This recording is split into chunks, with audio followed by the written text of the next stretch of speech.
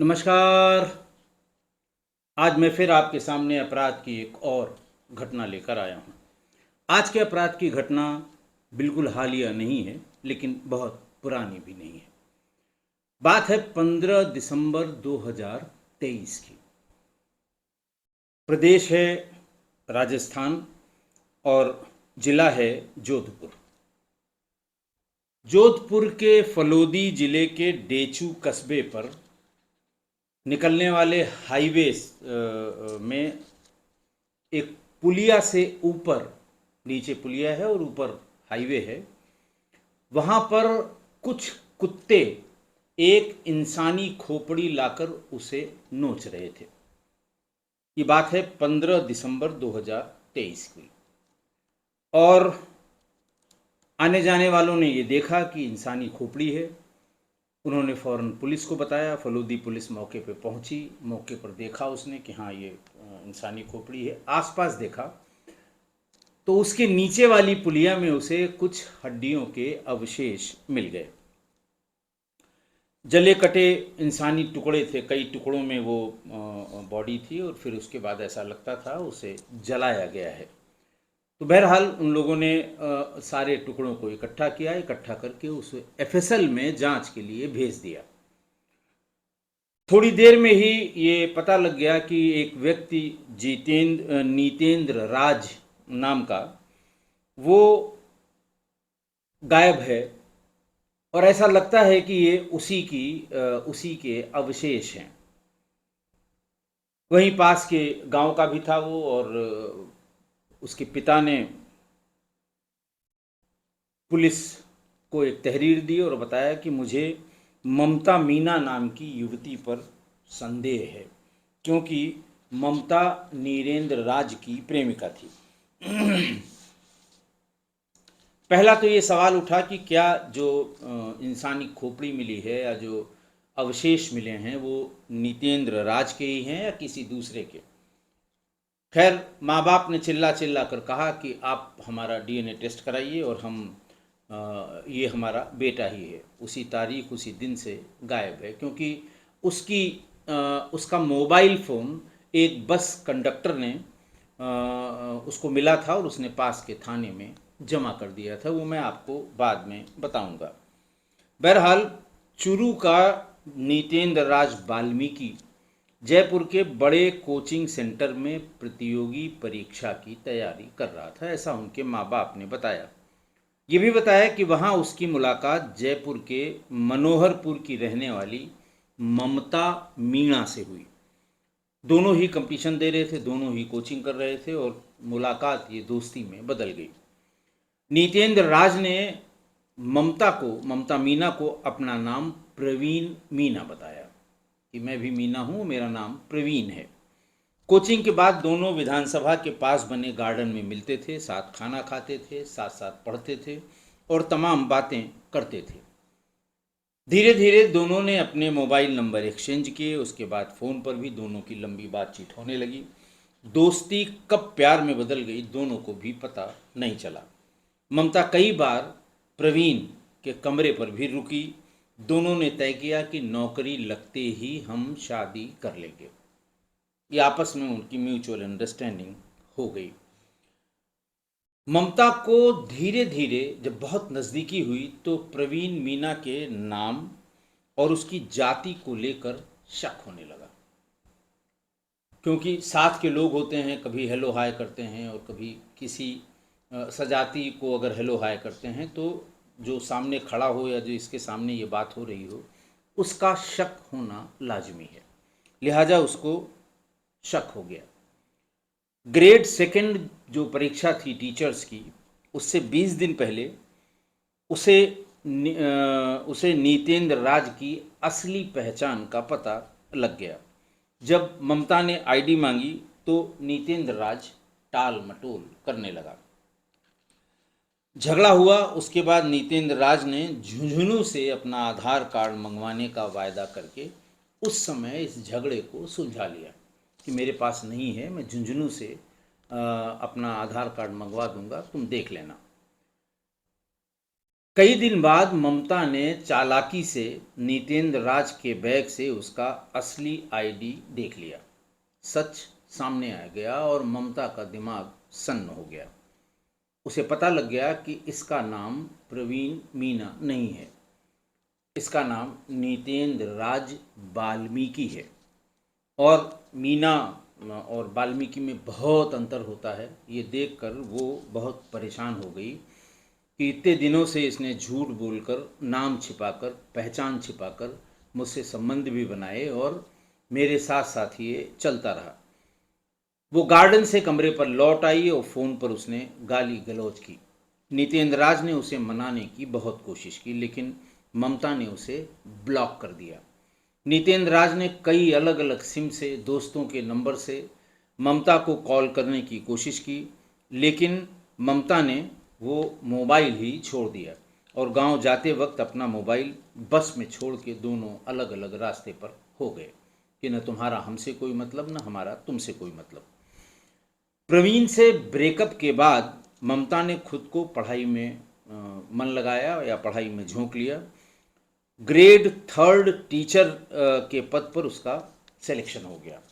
उसे नागौर की डेगाना तहसील के रामसरी गांव में सरकारी स्कूल में नियुक्ति मिल गई। वो सरकारी टीचर हो गई और नितेंद्र राज से उसका ब्रेकअप हो गया। उसकी तरफ वो उससे कभी बात भी नहीं की उसने। उधर नितेंद्र राज का चयन नहीं हुआ। ममता ने नितेंद्र राज को अपनी ज़िंदगी से पूरी तरह से निकाल दिया, लेकिन नितेंद्र राज के दिल में अभी भी ममता के लिए तमाम बातें बची हुई थीं। एक दिन ममता जयपुर से अपने गांव लौट रही थी। बस में उसकी मुलाकात मनोहरपुर, जयपुर के रहने वाले जयकरण मीना से हुई। दोनों स्कूल के दिनों के परिचित थे। जयकरण ने बताया कि उसका भी ग्रेड 3 शिक्षक में चयन हो गया है और वो जोधपुर जिले के देचू तहसील के सगरा गांव में उसका अपॉइंटमेंट है। दोनों ने नंबर एक्सचेंज किए, बातचीत शुरू की और जल्दी ही ये बात उनकी प्यार में बदल गई और दोनों ने शादी का प्लान बना लिया।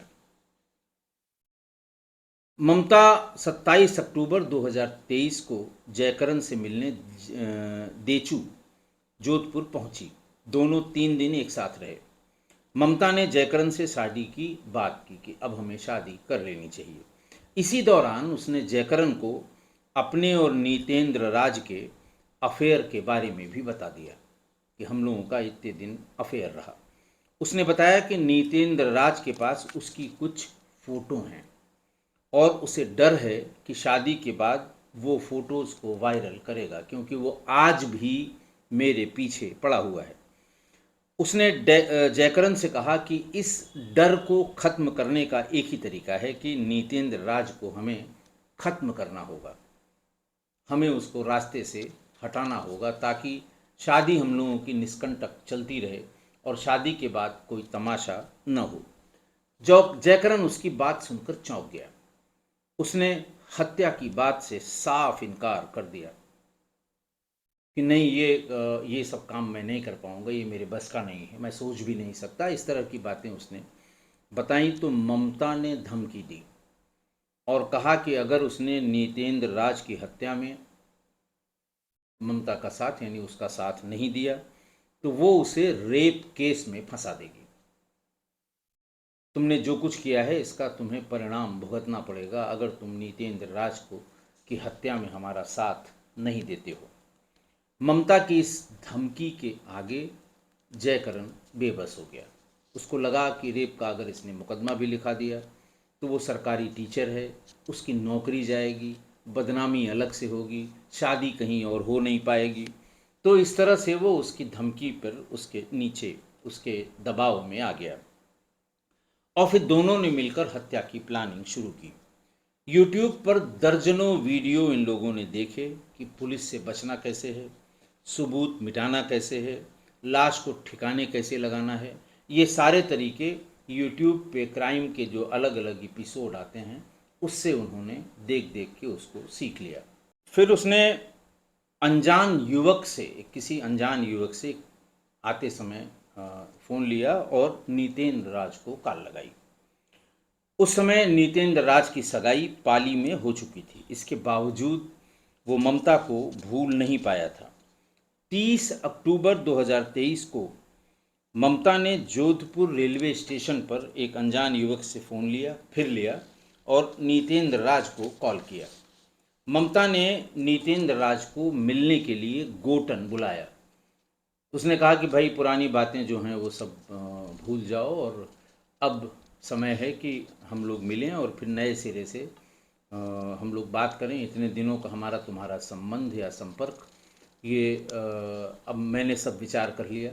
हम लोग फिर से नए सिरे से अपनी ज़िंदगी शुरू करेंगे और पूरी बात करने के लिए तुम गोटन आ जाओ। ममता ने उस अनजान युवक के मोबाइल से नीतेंद्र राज का नंबर डिलीट कर दिया ताकि कोई सुराग न मिले। इधर ममता के इरादों से अनजान नीतेंद्र राज खुशी खुशी उससे मिलने को तैयार हो गया। ममता 4 नवंबर को स्कूल से आधे दिन की छुट्टी लेकर रामसरी के लिए निकली और रास्ते में फिर उसने किसी अनजान व्यक्ति से फ़ोन लेकर जयकरण को कॉल किया।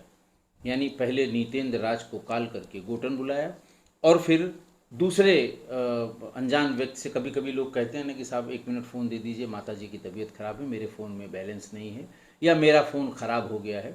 तो महिला के लिए सामान्य रूप से लोग, खासकर बुज़ुर्ग आदमी अगर किसी से कहा तो वो फ़ोन दे देता है, लेकिन देखता रहता है कि उसके सामने ही लोकल कॉल ही की जाए। तो बहरहाल उसने फ़ोन लेकर अब की बार जयकरण को फ़ोन किया और ये कहा कि नीतेंद्र राज को हमने बुलाया है और तैयारी रखना। आप समझ ही समझ चुके होंगे कि किस बात की तैयारी की वो बात कर रही थी। आज मैं इतना सिर्फ पहले पार्ट में बताऊंगा। दूसरे पार्ट में इसका इन्वेस्टिगेशन बड़ा इंटरेस्टिंग है।